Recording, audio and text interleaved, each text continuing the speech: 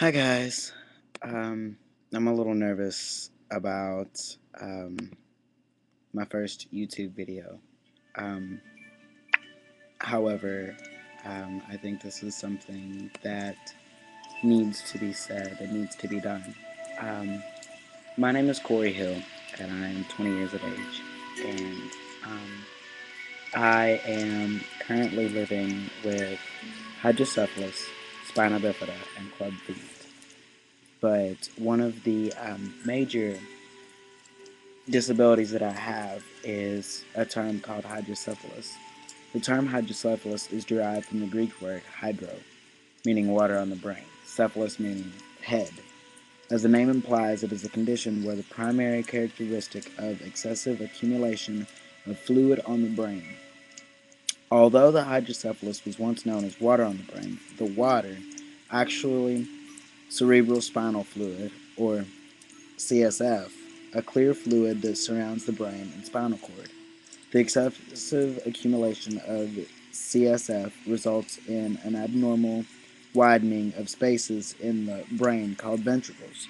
The widening creates potentially harmful pressure on the tissue of the brain. The ventricle system is made up of four ventricles connected by narrow passages. Normally, CSF flows through the ventricles, exits into cisterns, closed spaces that serve as reservoirs at the base of the brain, bathes the surface of the brain and the spinal cord, and then reabsorbs into the bloodstream. Now, basically, what that is, just as it's implied, it's something that I've lived with my whole life. At birth, there's a shunt. It's a VP shunt that's um, inserted in my head that I've had, and it releases that fluid off the brain. Um, there are a couple of videos here on YouTube that explain how the shunt works itself, and it's something that is very hard for me to talk about, but it's part of my testimony here in a Christian college. And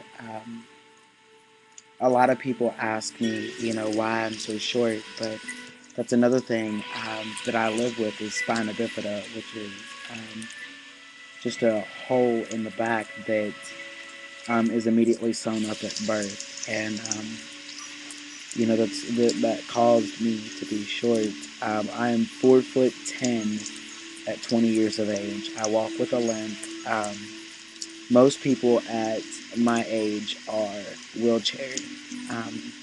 The doctors told my mom whenever I was born that I would never walk, um, but I am today. Um, but I walk with a limp, and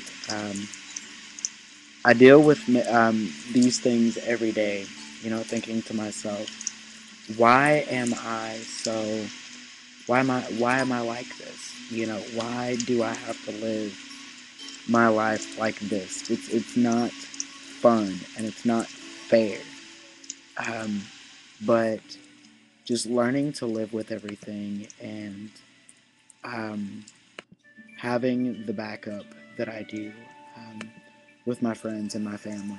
Um, I reassure myself that I could be much worse. There are people with cancer. There's people that don't walk. There's people that are blind. And I just want to reassure you guys, if you guys are having babies or anything, 1 out of every 500 babies that are born with hydrocephalus, and doctors still to this day don't know why this happens. They don't have a cause for it. The shunt is just a treatment. It's not a cure. Um, I was told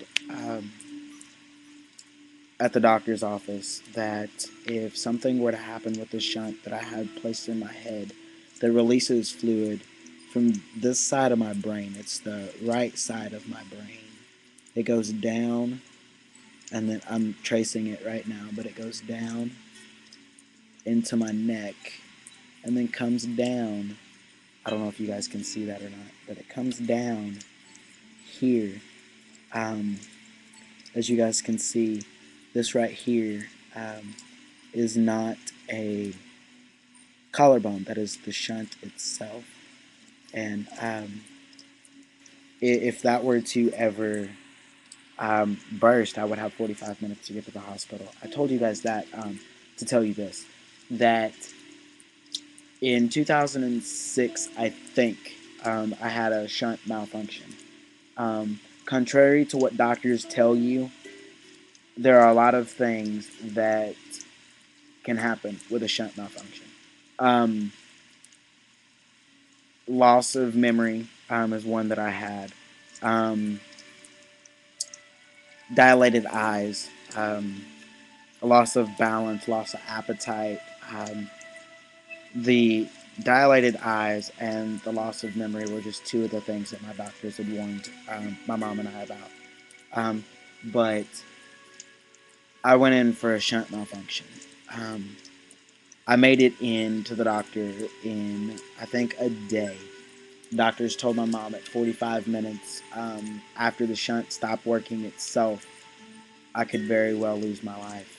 So I guess it would be safe to say that I should be dead right now, but I'm not. Um, just stay hopeful in everything that you guys do. You're limited to sports, limited to a lot of things, but I've picked up poetry, I've picked up drawing, I've picked up a new personality. I look at life more careful than what I would have had I not been disabled. Um, it's really hard. I'm not going to say that it isn't. But in looking up to God, I realized that there's a lot of things that I could do, and there's a lot of things that I could say. Um, Go watch Miracle on Second Lane. I think it is. It's about a it's about a kid. Excuse me. It's about a kid who's in the same boat I am, um, and who does soapbox racing. His name is Justin Yoder. He's played by Frankie Muniz. Read up on Justin Yoder. He came up with the Justin break. Um, so as much as you guys can, just do that, and live your life um, to the best of your ability. Um, I just about an hour ago was a halftime show at a basketball game here at the college. Um, Walked on my hands the whole court. Um, so there's a lot of things that you guys can pick up. Don't think that just because you're disabled, don't think that you're just because you're in a wheelchair, there's no life for you, because there are. There are things that you can do. There's things that you can. There's money out there that you guys can grab. Because you're a minority, college is still an option for you guys.